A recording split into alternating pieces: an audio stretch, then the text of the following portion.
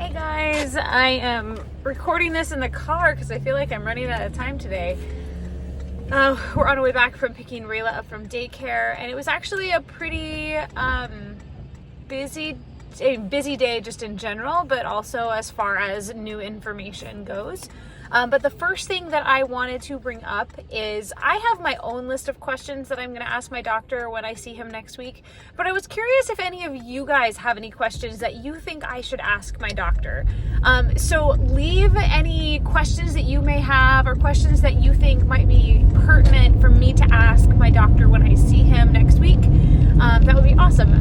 There's definitely times when, I might think of some and then I don't write them down in time and I just completely forget them. So I'm not going to do that this time. I'm going to write them down. So leave comments below for that. Now on to a little bit more information. I wasn't sure, because I stayed pretty busy yesterday trying to get requests for records and different things to be sent over to NIH. And I actually got a call from Ellen at NIH today. And she let me know that the research nurse at my doctor's office had been busy as well, sending her over some things. And I think she just needs the actual scan, the actual PET scan now. And she said the other thing that they would need in order to re-review is a new brain MRI.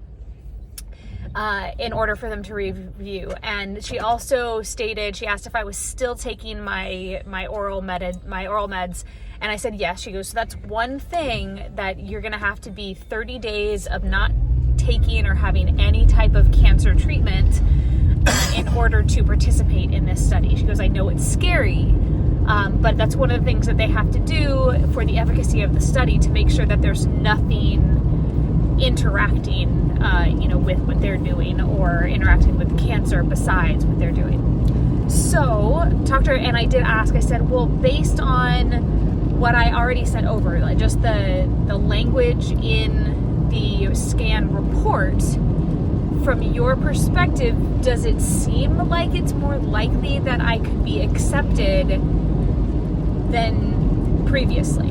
And she said yes, based on the language that they used, especially with the mention of the uptake that's seen in possible tumors in the abdominal wall and around the pancreas.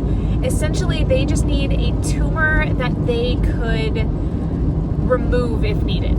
Or maybe that's part of the process as well. But they need something to biopsy, something like that, which is why just having cancer in the bones doesn't qualify you, because they can't break open your bone and take the cancers and take the tumors out from there. It doesn't work like that in the bone. So a little bit of a bright side, I guess, in all of that. The downside, of course, is that 30 days being off of any types of medication, which is very scary.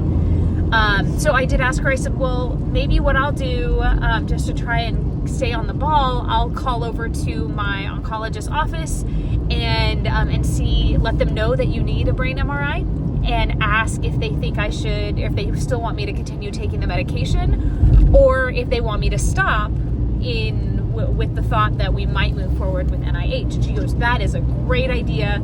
And then, let us know of anything else and we'll let you know if we need anything new. So I called over to my oncologist's office, I left a message, and I didn't hear anything.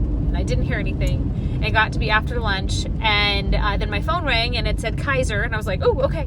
And it was the imaging department wanting to schedule me in for the brain MRI. So obviously they got my message, and they are actually able to get me in tomorrow at like 10:20 for a brain MRI. So yay, that's nice, because that means the results should also be back before I go and see my oncologist next week as well. So yay.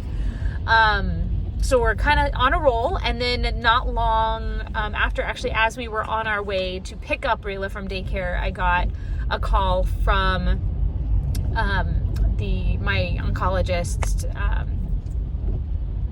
Oh my gosh, I can't even think of her title now. Oh my gosh, guys, this is annoying. His assistant, who helps him with all of these different things and who I call to talk to and ask questions. Anyway, she called. And so, yeah, so she followed up just letting me know that she'd gotten the message and said Dr. Mashru doesn't want me to stop taking my meds yet, that we need to wait until NIH wants to do a consultation. At that point, he would feel more comfortable with me stopping the meds. And then, of course, we'll talk more next week, and maybe we'll know one way or another next week whether or not they're going to want to do a consult. Right. Maybe you'll have a consult before your appointment with Mashru. Maybe, which would be pretty cool. So that is the busy day. It's kind of cool. It's nice when you can feel heard from your doctor. Like, I called and said they need a brain MRI, and I got a call from the imaging department. Usually it takes days, it seems like, before you even get a call from them, and then you have to wait 2 or 3 weeks before anything's available. So the fact they called me the same day and scheduled me for the next day blows my mind a little bit. It makes me feel a little hopeful that things might be going my way. I know, and that's a little silly, but I'll take the positivity where I can get it. So, so for those of you who stuck around for this entire video, just a reminder, please leave in the comments any questions you think I should ask my oncologist next week. And other than that, I appreciate you as always. Be kind, make good choices, and I will see you tomorrow. No good choices.